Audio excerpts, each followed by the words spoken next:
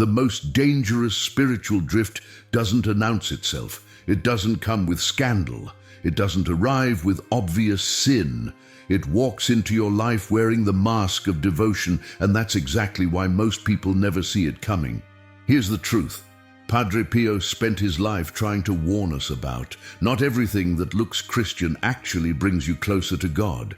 Some of it, the parts that seem most righteous, can quietly pull you in the opposite direction. Let me take you somewhere most people never get to see. Picture Padre Pio's confessional in the dim light of San Giovanni Rotondo. The smell of old incense hangs in the air. The wood creaks under the weight of conviction. There's no music, no performance, just silence, thick, uncomfortable silence. And in that silence, something happens that changes everything. People would come to him looking holy. They'd use the right words. They'd talk about their devotions, their prayers, their church activities. Everything looked correct on the surface. But Padre Pio could see what they couldn't. He'd stop them mid-confession. Sometimes he'd refuse absolution entirely, not because their sins were too great, but because their honesty was too shallow. They weren't confessing, they were performing. They weren't repenting, they were protecting an image. Here's what makes this so dangerous today. We live in a world where Christian appearance has never been easier to maintain. We've mastered the language. We know the symbols. We occupy the right spaces. We can look faithful while our souls slowly harden, and we don't even notice it's happening. Think about that for a moment. Really think about it. What if the things you're doing in the name of faith, the habits, the practices, the religious routines, aren't actually drawing you closer to God? What if they're just building a spiritual fortress around the parts of yourself you don't want Him to touch? Padre Pio saw this pattern over and over. 5 specific things that look Christian but work like slow poison in the soul. Type, Lord, purify my heart, if you're ready for uncomfortable truth. Because what comes next isn't meant to comfort you. It's meant to wake you up. There's a story most people don't know about Padre Pio. It didn't make the popular biographies. It's too uncomfortable, too confrontational for modern sensibilities. A woman came to his confessional in the early 1950s, well-dressed, articulate. She'd been going to daily mass for years. She knew her prayers by heart. She talked about her devotions, her charity work, her participation in church life. Everything about her screamed, faithful Catholic. Padre Pio listened in silence, the kind of silence that weighs on you, the kind that makes you want to fill it with more words, more explanations, more proof. Then he spoke, just 5 words. "You're hiding something from yourself," she protested. She listed her practices again. She defended her spiritual life. She insisted she'd confessed everything. He refused her absolution. Not because she'd committed some grave sin, but because she wasn't truly present to herself. She was performing faith while avoiding the one thing God wanted to touch. And Padre Pio knew that until she stopped hiding behind religious correctness, nothing would change. Here's what most people miss about that story. She wasn't a hypocrite. She believed her own performance. That's what made it so dangerous. Padre Pio had a gift that terrified people. He could read hearts, not thoughts, hearts. He could see the difference between someone who was surrendering to God and someone who was using God to avoid surrender. And he saw it constantly. The confessional wasn't just a place for listing sins. It was the one space where all masks fell away, where the wood itself seemed to absorb pretense and leave only raw truth. That's the atmosphere we need to understand if we're going to grasp what he's trying to warn us about. Because in our world, we've perfected the art of looking holy. We post Bible verses, we attend services, we use Christian language in every conversation. We build entire identities around faith. But Padre Pio would ask the one question nobody wants to hear. Is any of it actually changing you? Or are you just getting better at performing? Let that sink in. The 5 things he identified aren't obvious errors. They're subtle, they're respectable, they're things that get praised in Christian communities, and that's exactly why they're so effective at pulling people away from God while making them think they're getting closer. Here's what he saw that most people miss. There's a shift that happens in the spiritual life. It's so gradual that most people never catch it. And once it's happened, it's almost impossible to undo without serious intervention. It's the moment when faith stops being about transformation and starts being about self-definition. Listen carefully to how people talk about their faith. Notice the pronouns. Notice the defensiveness. Notice what happens when someone questions a position, a practice, or a perspective. Do they get curious or do they get protective? Padre Pio said something that still haunts me. God doesn't transform people who spend their entire lives justifying themselves. Think about what that means. When faith becomes your identity, when being Christian is how you distinguish yourself, prove yourself, or protect yourself, something fundamental changes. You stop asking, "What does God want to change in me?" and start asking, "How can I stay right?" That's not a small shift, that's everything, because the moment faith starts protecting your ego instead of confronting it, it loses its power to save you. It becomes armor instead of surrender, a shield instead of an opening. Here's where it gets uncomfortable. This happens to the most committed Christians, the ones who study scripture, the ones who defend doctrine, the ones who correct others, the ones who occupy leadership positions. They're so identified with being right that they can't afford to be wrong about anything, and God can't work with that. Real faith confronts what needs to die in you. It doesn't confirm what you already believe about yourself. It doesn't flatter your spiritual self-image. It doesn't make you feel superior to the culture around you. It breaks you. Then it rebuilds you. But when faith becomes identity, that process stops. You've got too much invested in staying the same. Too much reputation tied up in being correct, too much of your sense of self wrapped up in your religious position. And Padre Pio would look at that and say, "You're not being transformed, you're being calcified." Let me show you how this connects to something even more dangerous. Here's a spiritual law that Padre Pio observed over decades in the confessional. The closer someone gets to God, the harder they become on themselves, and the gentler they become with others. When the opposite happens, something's wrong. Watch what happens when someone's faith becomes primarily about identity. They start scanning for threats. They start monitoring others. They start comparing, evaluating, critiquing, not because they care about truth, because they need to maintain their position. Every time they spot someone else's failure, it reinforces their own sense of rightness. Every time they call out someone else's compromise, it confirms their own purity. Every time they judge, they're really just defending themselves. Padre Pio saw this constantly. People who came to confess others' sins instead of their own. People who spent more time analyzing their neighbor's spiritual life than examining their own conscience. He'd cut them off. "Tell me about yourself," he'd say. "Not about them, about you." And most of them couldn't do it because they'd spent so much time looking outward that they'd lost the ability to look inward. Here's what's terrifying about this. Judgment feels like discernment. It feels like you're defending truth. It feels righteous. But Padre Pio would say it's one of the clearest signs that someone's faith has become diseased. Because authentic faith makes you painfully aware of your own brokenness. And when you're that aware, you can't treat others with contempt. You might still see their errors. You might still care about truth. But there's a tenderness that comes from knowing you're just as capable of falling. There's a humility that comes from recognizing that every day you stand is only by grace. The person who judges harshly has forgotten that. They've forgotten what they are without God's mercy. They've forgotten how many times they've been caught, corrected, carried. They've built an identity around being right, and they need others to be wrong to sustain it. Padre Pio called this spiritual phariseism, and he said it was more dangerous than obvious sin because the person committing it feels holy while doing it.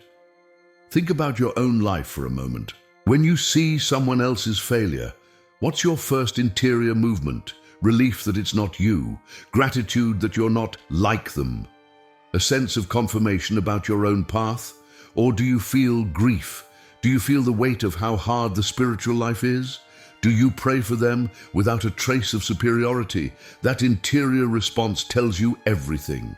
Because both danger number 1 and danger number 5 are protecting the same thing, your ego. One protects it by making faith about your identity. The other protects it by making everyone else's failures about your righteousness. And neither has anything to do with actual surrender to God. Now we come to something even more subtle, something that looks so holy on the surface that most people never question it. Padre Pio watched it happen over and over in the confessional.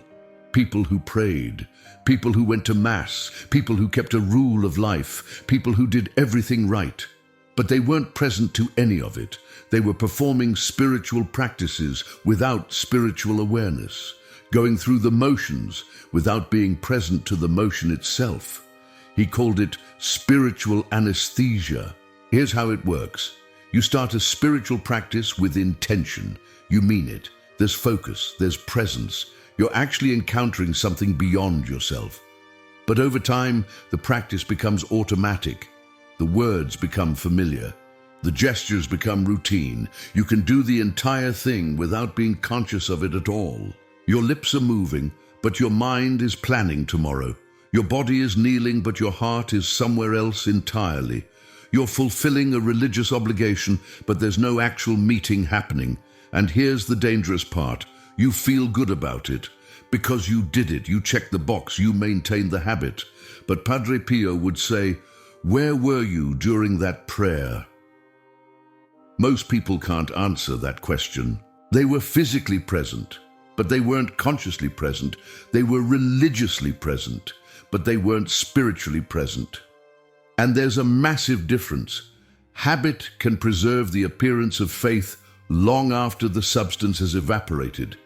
It can keep you going to church every Sunday while your interior life slowly dies.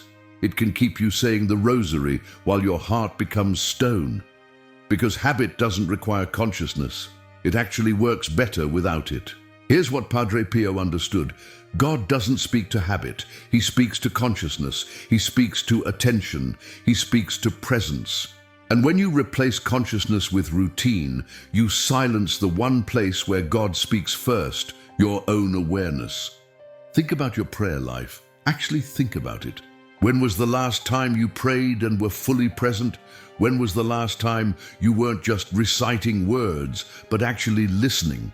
When was the last time you finished a prayer and couldn't remember doing it because you were somewhere else? That's not prayer, that's spiritual sleep.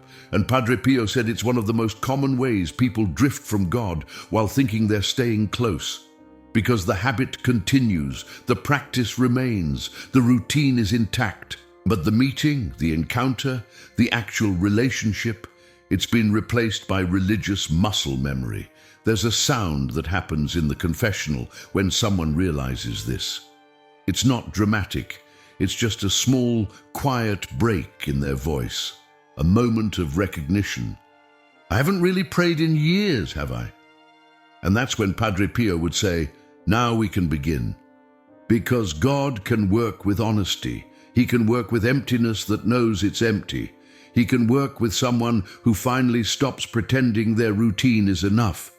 But he can't work with someone who's convinced that mechanical faithfulness is the same as living faith. The rosary beads move through your fingers, the prayers are correct, the rhythm is familiar. But if there's no consciousness, no attention, no real presence, it's just spiritual noise.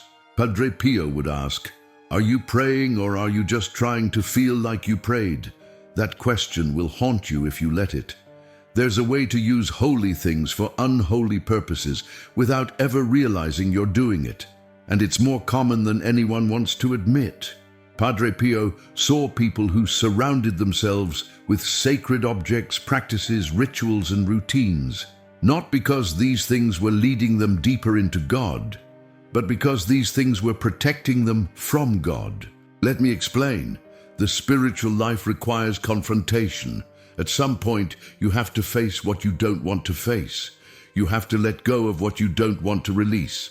You have to sit in silence with the questions you've been avoiding, and that's terrifying. So instead of facing it, people develop elaborate spiritual systems that keep them busy, keep them occupied, keep them feeling holy while avoiding the one thing God is trying to reach. They pray longer. They add more devotions. They collect more sacramentals. They attend more events. They read more books. They join more groups. And it all looks beautiful. It all looks devout. It all looks like someone who's really serious about their faith. But Padre Pio would look beneath the surface and ask, "What are you running from?" Because sacred practices weren't given to us as hiding places. They were given as doorways. They're supposed to bring us into encounter, not protect us from it. When you use the sacred as a shield instead of a gateway, it loses its power. It becomes psychological comfort instead of spiritual transformation. Here's what this looks like in practice. You have an attachment you know you need to release. Maybe it's a relationship. Maybe it's a grudge. Maybe it's a way of life that needs to end. Maybe it's a wound you've been nursing for years. God's been pressing on it. You feel it. You know what He's asking. But instead of surrendering, you go deeper into religious activity. You pray more. You light more candles. You add another devotion. You intensify your practices. And then you convince yourself that because you're doing all these spiritual things, you don't need to face that one specific issue. The sacred becomes your defense mechanism. Padre Pio said, "Signs weren't given to hide your wounds. They were given to bring them into the light. Every sacramental, every devotion, every holy practice, they're meant to expose what needs healing, not cover it up. But when you're scared of what God might ask, it's easier to stay busy with holy things than to sit still in His presence." That's the trap. And it's disguised as devotion. This is where we get to the core of something Padre Pio repeated constantly. God doesn't come just to comfort you. He comes to order you. And order hurts before it heals. Most people approach faith as a source of relief. They want peace. They want reassurance. They want to feel better about their situation. They want anxiety to go away. They want comfort in their struggles. And there's nothing wrong with any of that. God does comfort. God does bring peace. But that's not His primary purpose. His primary purpose is truth. And truth doesn't always feel good when it first arrives. Truth reorganizes. Truth confronts. Truth exposes. Truth demands change. Truth asks you to let go of things you wanted to keep. Truth disrupts the life you've carefully arranged. And most people, when truth starts getting uncomfortable, go looking for comfort instead. They stop reading the passages that convict. They avoid the teachings that challenge. They leave the conversations that push back. They find spiritual environments that only affirm, never correct. Padre Pio would say, "A faith that demands nothing from you will transform nothing in you." Think about what you're actually looking for in your spiritual life. Are you looking for truth, or are you looking for relief from having to change? When you read Scripture, are you listening for what God is actually saying, or are you scanning for the verses that make you feel better? When you pray, are you asking God to reveal what needs to shift in you, or are you asking Him to change your circumstances so you don't have to? When you engage with teaching, are you open to being corrected, or are you just looking for confirmation? Here's the uncomfortable reality. God will let you stay comfortable if you insist on it. He won't force transformation. He won't drag you into deeper truth if you're committed to avoiding it. But He also won't let you stay close to Him while refusing to be transformed by Him.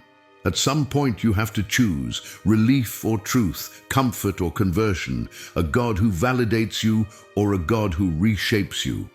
Padre Pio spent decades watching people choose relief, and he watched their souls gradually harden, not because they committed terrible sins, but because they kept choosing the spiritual path of least resistance. They wanted God's peace without God's lordship. They wanted blessing without obedience. They wanted heaven's comfort without heaven's authority. And Padre Pio would say, that's not faith, that's spiritual consumerism. Real faith costs something. It demands something. It reorganizes your entire life around a truth bigger than your comfort. And when you start avoiding that cost, you're not avoiding hardship, you're avoiding God Himself. Let that settle for a moment, because the question isn't whether you believe in God. The question is whether you're willing to let Him actually be God in your life. The uncomfortable, disruptive, reorganizing kind of God who loves you enough to not leave you the way you are. If you're feeling the weight of these truths right now, that's not a bad sign. It's actually the first sign that something real is happening. But here's what I've learned. Awareness without direction just becomes anxiety. You can know something's wrong without knowing how to make it right. And that's where most people get stuck. That's why I put together the Spiritual Secrets, a guide specifically designed to help you navigate what Padre Pio is revealing here. It's not theory. It's practical, tested wisdom for people who are tired of performing faith and ready for real transformation. You can find the link in the description. It's not expensive. It's just there if you need it, because knowing what's pulling you away from God is only half the battle. The other half is knowing how to move toward Him with honesty, presence, and surrender. Now let's bring this to where it needs to land. Here's the question you need to sit with, and I mean really sit with it. Don't rush past this. Don't immediately look for another video, another answer, another distraction. Is your faith actually transforming you, or is it just protecting you from a confrontation you've been postponing? Read that again, slowly, because almost everyone who hears these 5 dangers will immediately think of someone else. They'll think of people in their church who do these things. They'll mentally catalog others who've fallen into these traps. And that's exactly the problem Padre Pio was talking about. The moment you make this about other people, you've already activated danger number 5. You've turned insight into judgment. You've used truth as a weapon instead of a mirror. So let me ask it differently. Which one of these is operating in your life right now? Not in theory, not in general, not in someone else's story. In your actual, specific, daily spiritual life, which of these 5 things is quietly pulling you away from God while making you think you're being faithful? Is it the identity trap? Have you built so much of your sense of self around being a Christian that you can't afford to be wrong about anything? Are you more interested in being right than in being transformed? Is it the habit? Are you going through the motions of prayer, mass, devotion without actually being present? Are you maintaining religious routines that have lost their spiritual substance? Is it the sacred as escape? Are you using holy practices to avoid the one specific thing God is asking you to face? Are you staying busy with spiritual activity to avoid sitting still in His presence? Is it the judgment? Are you more aware of others' failures than your own? Are you using their struggles to feel better about your standing? Are you harder on them than you are on yourself? Is it the relief-seeking? Are you looking for spiritual comfort instead of spiritual truth? Are you avoiding the teachings, practices, and confrontations that would require real change? You know the answer. You felt it as I listed them. Padre Pio said something that changed everything for the people who could actually hear it. God begins to work the moment you stop justifying yourself and start examining yourself in silence. Not in loud confession, not in emotional displays, not in promises to do better, in silence. That's where the real work begins, in the quiet space where you stop performing, stop defending, stop explaining, and just let yourself see what's actually there. And here's what's wild. That discomfort you're feeling right now, that unease, that sense that something's being exposed, that's not condemnation, that's not failure, that's not a sign that you're doing it all wrong. That's the first sign that truth has arrived.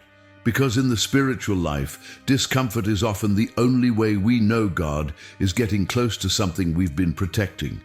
If everything always felt peaceful, easy, and confirming, we'd never change. We'd just keep circling the same patterns forever. Padre Pio knew this. That's why he didn't comfort people who came looking for comfort. He confronted them, he pushed, he refused to let them hide behind religious correctness. Not because he was cruel, because he loved them enough to tell them the truth. So here's what I'm asking. If this message created real value for you, if it challenged something that needed challenging, if it exposed something you needed to see, consider supporting this mission. There's a super thanks button below this video. It's a way to invest in content that doesn't just entertain or affirm, but actually pushes you toward transformation. We're not here to build an audience. We're here to build disciples. And that kind of work needs support from people who understand its value. If this hit you, if it mattered, if it's something you need to hear again, that button is there. Not as obligation, as partnership, as a way of saying, yes, this is the kind of truth I need more of. Because the world is full of content that makes you feel good. We're trying to create content that makes you real. Before you go, I want to leave you with something Padre Pio would say to people when they left his confessional. He wouldn't send them off with grand speeches or emotional encouragement. He'd just look at them, make the sign of the cross, and speak one line. Sometimes it was, go in peace, but don't stay the same. Sometimes it was, remember, God is closer than you think, and farther than your comfort allows. And sometimes he'd just say, the silence will teach you what I cannot. So here's my blessing for you. May the God who loves you enough to disturb you give you the courage to face what you've been avoiding. May the truth that makes you uncomfortable become the truth that sets you free. And may the silence you've been running from become the place where you finally hear his voice. Go in peace, but don't stay the same.